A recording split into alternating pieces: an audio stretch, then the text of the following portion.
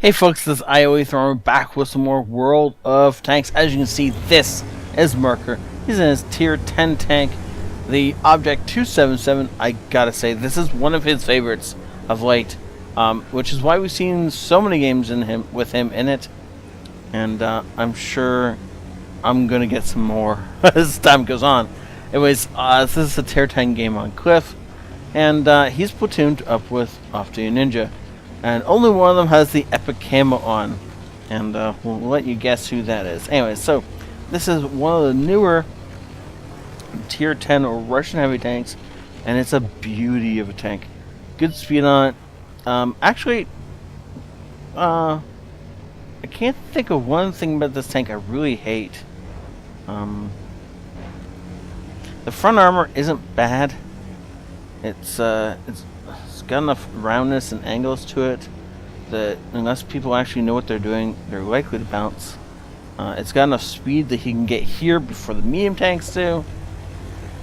Like, I mean, he was doing 50 at one point, which is crazy for a heavy tank. He's actually extending all the way up to this is normally a medium tank position. They have to be quite fast to get to, but they're doing it in heavy tanks, and both of them have gotten to this position. So this is going to be really, really unfortunate for the poor enemy to try and deal with. Having heavy tanks on their flanks is just bad. But apparently they haven't sent anyone up here, so they're going to get themselves shot for no good reason at this point in time. Without any real idea as to how to stop this or where these shots are coming from. This is going to be a little bit of farming damage for a while until somebody figures out how to deal with this situation.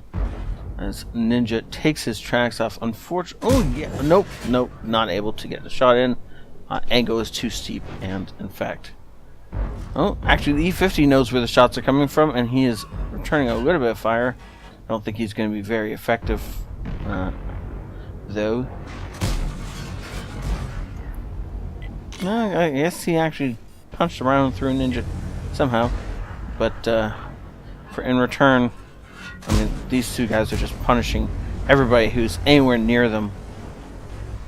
And because of the fact that they are, well, behind bushes and hull down, it's very difficult for any kind of return fire to come in.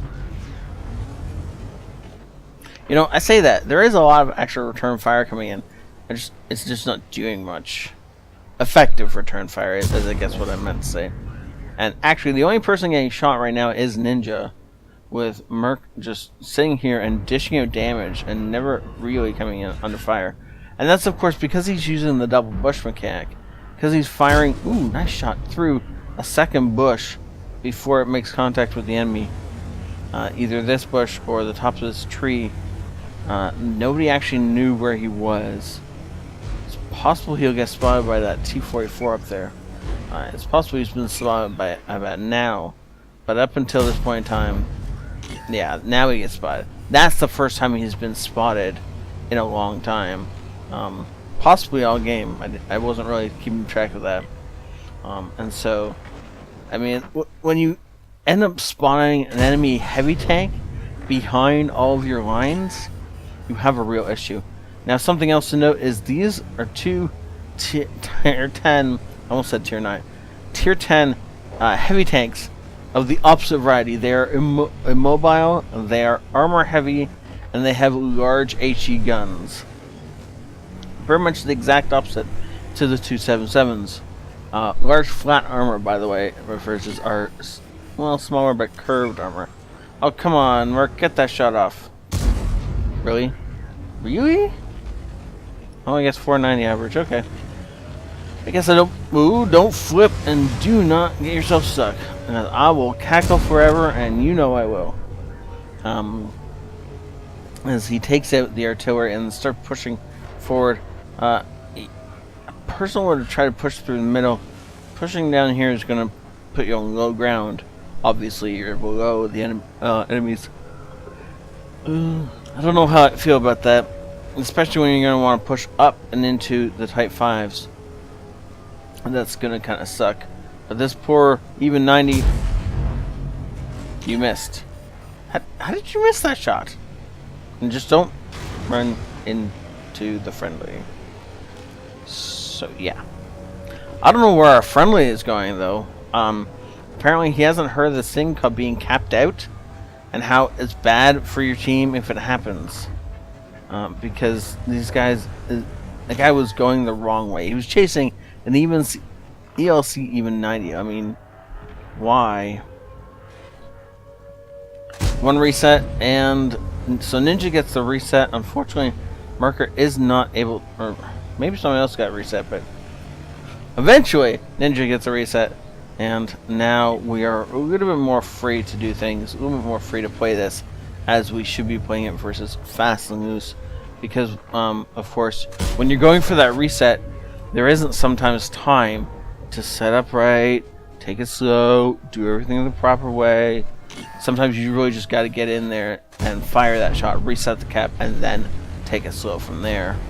So Ninja is down to almost no health because of the fact that he had to just rush in and try desperately to reset the cap. Oh! Did we just hit something else? I thought for a second that we bounced off the lightweight instead of hitting the Type 5 heavy. We do in fact take out the lightweight before it can do something like kill Ninja, which would be bad, by the way. Come on, get a good shot. That's a good shot. And unfortunately it went high and deflected off the gun mantle, and so that is in fact going to end up, well, not doing a whole lot of anything.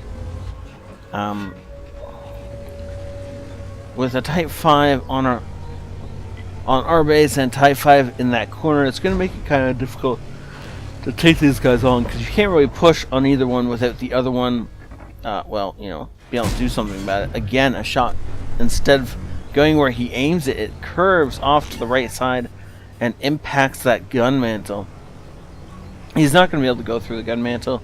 A, rounded bits, and B, gun, and C, mantle.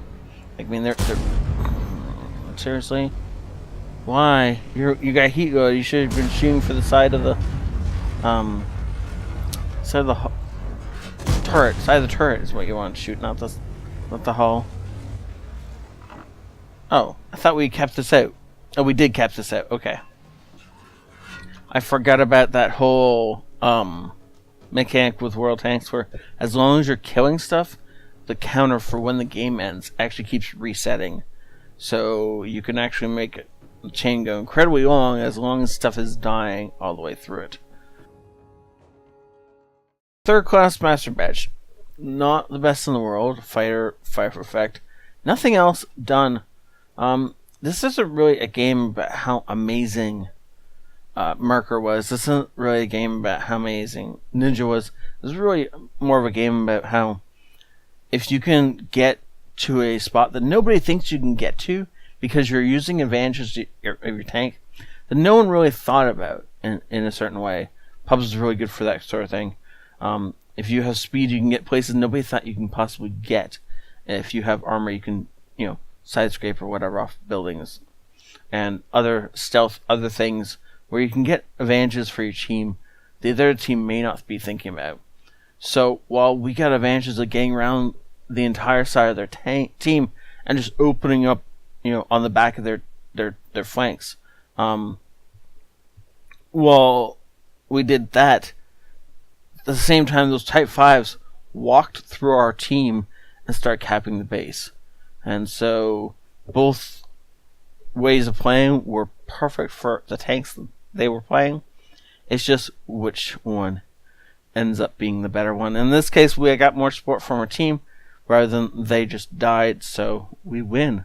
But yeah, play to your strengths and you'll have better games. Whatever you do, just because the rest of your team is doing something does not mean you should be doing that. But at the same time, don't let yourself get caught out on a flank by yourself. It's just not worth it. Because that's what happened to that E50M. Or was it an E50 or whatever, that we absolutely destroyed. He got himself caught in a situation where he couldn't really return fire effectively, but we could just mow him down. And that's what they did. That was, of course, the ramming damage to the guard, who apparently wanted to lose the game or wasn't paying attention to this thing called, you know, his heads-up display. The screen in general in front of him was not a part of what he was looking at, obviously. Otherwise, he would have noticed this big red bar at the top of the screen. Oh no, this was well worth it and a great game. And thank you so much, Merker, for sending it in. I almost wanted to do a duo of this and do both of them together, but I didn't have Ninja's footage, and it takes so long to do a duo that I just decided to cast this instead. But I do give props to both of them, and I can't wait to see everybody else's games. If you think you can better this, best it, do better, whatever, words that are English, send me a replay, and we'll talk about it and how good you are. And so we'll see you all next time. This ioEther out.